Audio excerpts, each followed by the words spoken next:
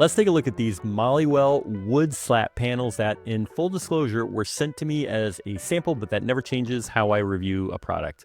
With these panels, we were looking to improve our basement recording studio in two specific ways.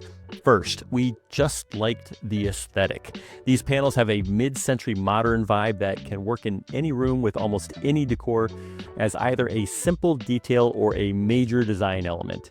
You can install these in small sections to highlight an area, to break up the monotony of a room that just needs something more, or you can cover entire walls to really define an entire room. Whatever your preference, it works either way.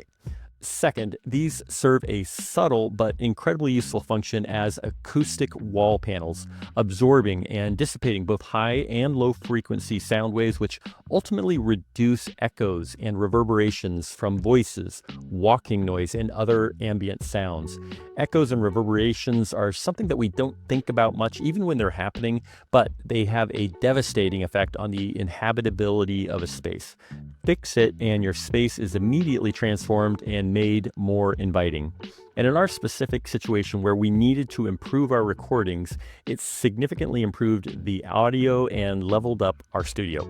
Of course, all that sounds amazing, but is it hard to install? And that's the best part. It's so easy. I'll show you what we did. For us, we were installing these as an accent and not across an entire basement wall. So we wanted the wall behind the panels to be nearly black, just like the spaces in between the wood slats. And so we ended up painting it. And this probably won't be something you have to do, but it was part of our project. And the next thing you need to know for our specific situation that might be relevant to your installation is that our basement ceiling is actually pretty low.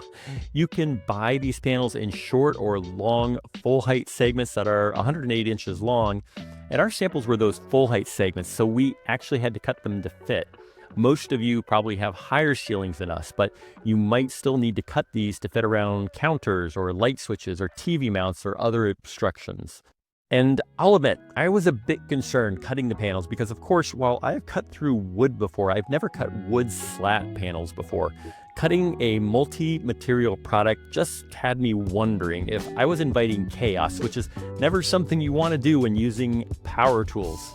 So I examined the product and realized that the wood slats are made of MDF, which is basically a particle board covered with laminate, which is super easy to cut. And the dark backing is simply a very thick felt, which I think has something embedded in it to provide some kind of rigidity. The slats are stapled to the felt, and perhaps there's also some other binder or glue to hold them tight. And then I did some research and decided a circular saw would be my best bet at this project. So my first attempt was a complete and utter disaster.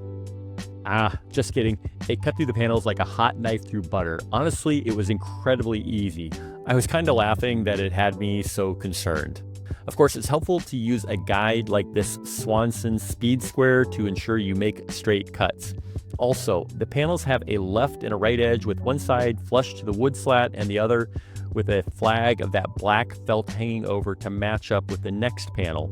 And also, just as a reminder, we all know that when cutting with a circular saw that you should always put the wood's good side facing down to minimize creating rough edges. So I always started from the wood edge and not the felt flag side, and with the slats facing down.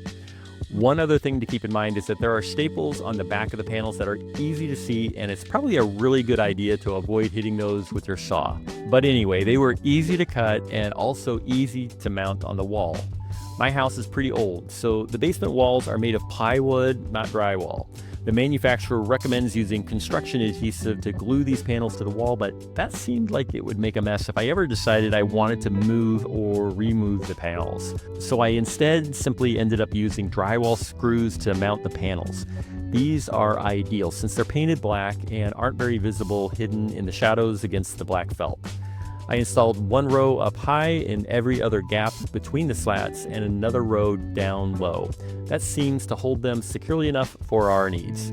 My only suggestion to you is to line up your screws using some blue painter's tape so that they're neat and level. In my installation, I just eyeballed it, and I learned that doesn't work as well as they say. Although I didn't need to do this for my installation, I just want to point out that cutting the black felt is also very easy. Just grab a utility knife with a new blade and you won't have any problems. Now that we have them in place, they're terrific. I love the improved acoustics, but also the stylish background. I probably still need more to dress it up more for my videos, but that's not a terrible start. I'm hoping you feel confident installing these panels is easy. It's been a fun project that didn't take nearly as much time or effort as I'd anticipated. And I can say with confidence that anyone can do it. And hopefully this video has helped you decide whether these panels are right for you. Thanks for watching.